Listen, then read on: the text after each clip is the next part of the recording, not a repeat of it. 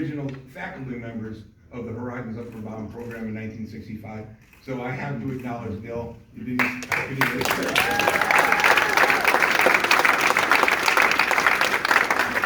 And what's important about human beings like Dell Walden is they were here when Hub was being created. And I'm going to tell one story that Dell told me that I think is kind of really important. Hope I don't offend anybody. But, and we got to talk about Ben Snyder and some other people before we get to Kusanya Watu.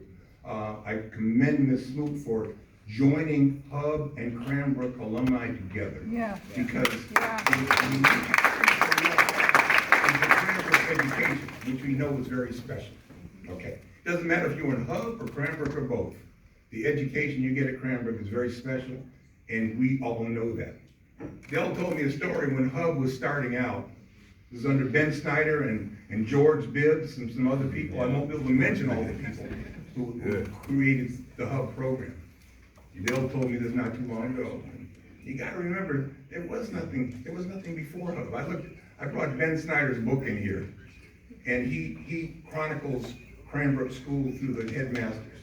And you're reading the book, and you start the book, everybody's white. Yeah. Everybody is white, okay? And then something interesting happened in the 60s. And there were a few. Now we have someone that I just met for the first time who predated black organizations. Because you didn't have an organization, because you just had individuals.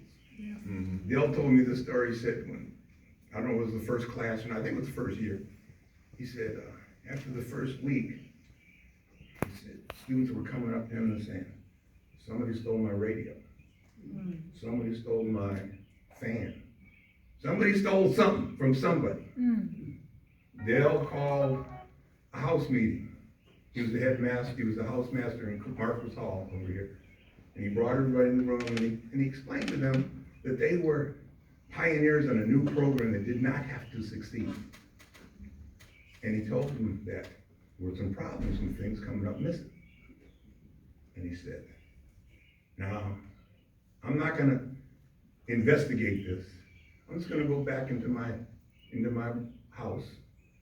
And if you happen to have found something that belonged to somebody else, leave it above my door. The next morning came out, and it looked like ABC Warehouse. Those students understood how important Hub was at that point in time. It did not have to succeed. Yeah. Okay. Now, I'm talking a lot about Hub, and now I'm gonna get to Kusanya Watu. But before I get to Kusanya Watu, I have to let you know that when I got here in 1969 as a freshman, there was already a black organization, as far as I go back. Blacks United, the new organization. And the students, and I'm telling you these names, so glad to hear that Hub, the history of Hub is now available to all of us. It's always been there, by the way, in yearbooks and summer program books. You can find out the research of Hub and Cranbrook by going back and looking in those yearbooks. Okay, but I'm going to acknowledge these people because they were the Blacks United that I came to Cranbrook as a freshman and was exposed to, even though this was a almost all-white school, but it was changing at the time. Daryl Taylor, former director of the Horizons Up for Bound program.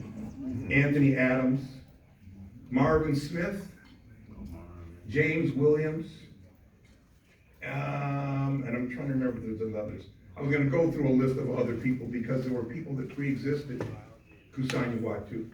But let me keep it within 5 minutes if I can.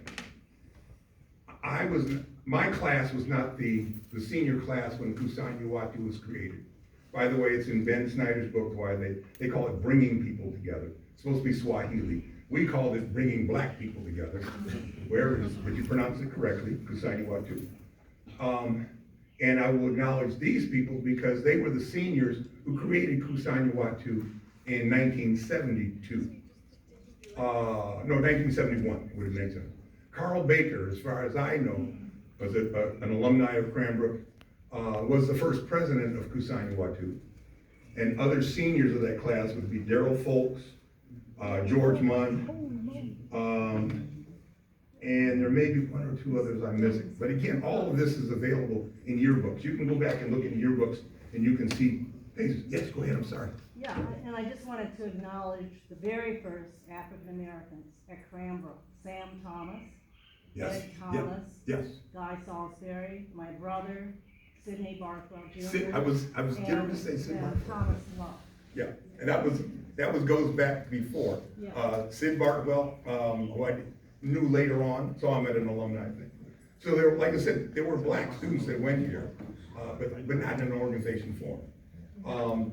In the 60s, and now I kind of dropped away from Kusani Watu, most of you, no, not most of you, many of you understand and remember that the 60s was a very turbulent time in the United States. It was a pinnacle of the Black Power movement and Black pride and things of that nature. And so along with that, Cranbrook was opening up its eyes and recognizing that it should be doing something along the same lines as things that were going on in the United States at that time. And so before, like I said, before there was Kusani Watu, there was Blacks United, and that was a precursor to Kusani Watu. The significance about Kusani Watu, and I have to commend my fellow members over there, and I tried to, with all the Kusani Watu members, please stand, please do this. And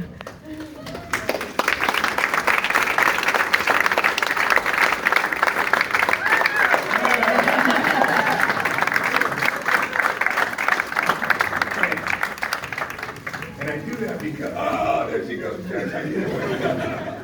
Yeah, I was going to name everybody off, but I won't do that. They're not all here. There are other members here.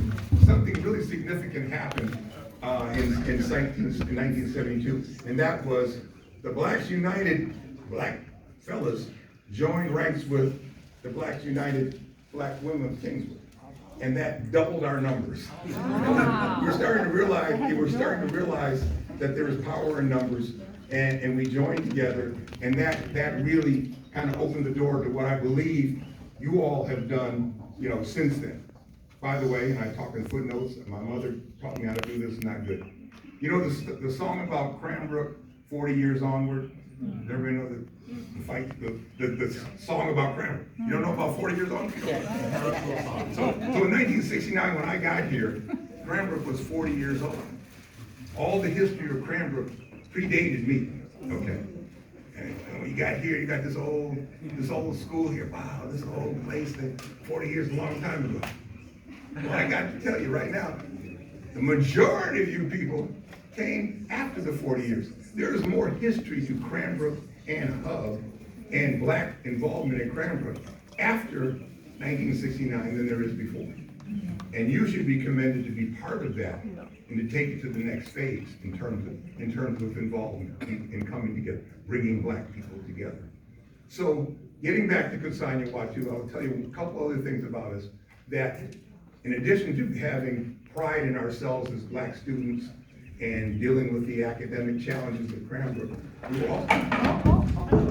we're also capitalists. And I'm just telling you these anecdotal stories because you might want to go with it in the future. You might want to pick up on this. When we were here, there was an organization called AFS, American Field Service. Does it still exist? Doesn't exist. Not here, but it does. AFS, which is, this international organization that raised money to send students from schools like Cranbrook overseas. There was an exchange program. And they raised money to do this. And they did this by raising money with a store in the dormitories. I was a boarding student. Most of you were probably boarding students. I don't know. And they had a store that after study hall was over, they would open up and they had pop and candy and stuff like that. And everybody lined up to get their candy and their pop. And the door opened up and if you were like 5 minutes late, you didn't get your candy, you didn't get your pop. Kusani Watu said, why has it got to be just for these couple hours? He said, we were on the first floor of Marcus Hall, we had 3 rooms there. Del Walden's wife at the time, Roberta, would take us down to Eastern Market, buy crates of pop and candy and stuff like that. And we had the 24-hour candy and pop. We put AFS out of business. We our profits, we kept. The other thing we did was this. The store had the newspaper. Back then it was the Free Pressman News. And you could sign up to get the newspaper, and you go down there and get your newspaper and come back. Well, Kusanya Watu said, we'll better that. We'll deliver the paper to you. And we took over delivering the newspaper to the door. And at the end of the year, we raised over $1,000, which was a lot back in 1973. And I had the privilege of running into someone who was a member of my graduating class, Gerald Dunham. And Gerald's from New England. I got a connection on Gerald. He's not here today. And with that money, we paid for Gerald's mother to come out and see him graduate. And it doesn't sound like a lot, but it gave us a purpose.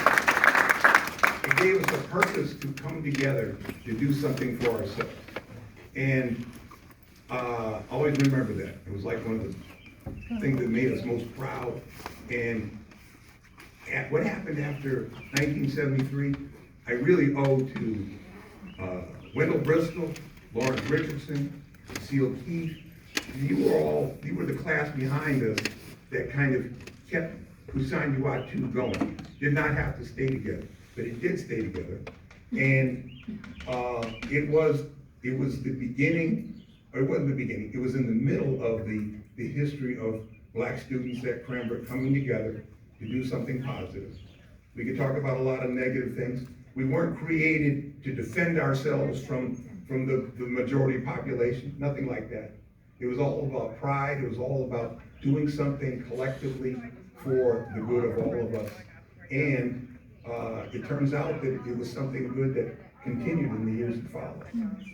I'm gonna stop talking now because I could talk forever, but I am really impressed. I thought, when they told me to come, I thought we were gonna go like in a classroom and sit down with about 10 or 15 people and, talk about the good old days. This is a very wonderful turnout, and I hope that it grows over the years. And like I said, the years that have happened since Kusanya Watu started, you have you're making the history as you go forward, and I hope that you continue to do what you're doing. Congratulating you on your efforts to bring them together. The archives are really important. There's so much information that's there right now that we can learn from in terms of not only Hub, but also Cranbrook School itself in terms of making this a better educational place for all of us. Yeah. Not just us. Oh, one last thing, we think about Cranbrook being good for us. Guess what? Cranbrook, we are good for Cranbrook. Yeah. We enhance the education. Don't forget that, and thank you. Thank